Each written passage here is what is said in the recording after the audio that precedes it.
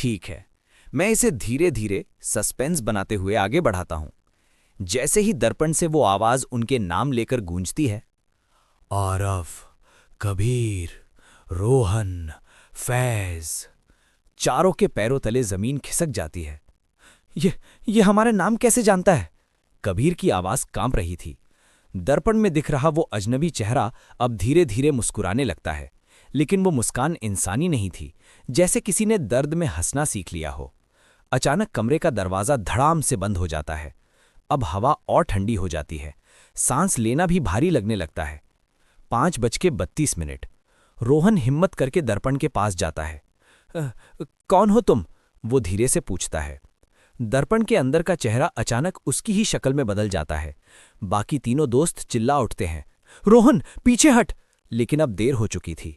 दर्पण के अंदर वाला रोहन बाहर वाले रोहन की हर हरकत को कॉपी नहीं कर रहा था, बल्कि वो खुद हिल रहा था। और तभी दर्पण के अंदर से एक हाथ बाहर निकलता है, ठंडा, सफेद और सड़ा हुआ। 5:33। फैज डर के मारे पीछे हटता है और उसका पैर किसी चीज से टकराता है। वो नीचे देखता है। फर्श पर एक पुरानी डायरी पड़ी होती है, धूल से ढकी हुई। वो जल्दी से उसे उठाता है और खोलता है।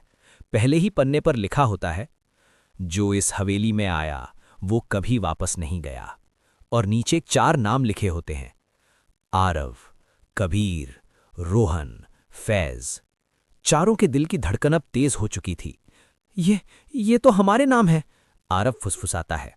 तभी कमरे के कोने से वही कराह फिर सुनाई देती है, लेकिन इस बार वो दर्द भरी नहीं बल्कि गुस्से से भरी थी।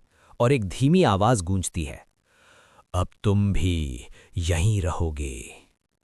अगर तुम चाहो तो मैं आगे का सबसे खतरनाक हिस्सा बताऊं, जहां असली रहस्य खुलता है कि वो आत्मा कौन थी और वो इन्हीं चारों का इंतजार क्यों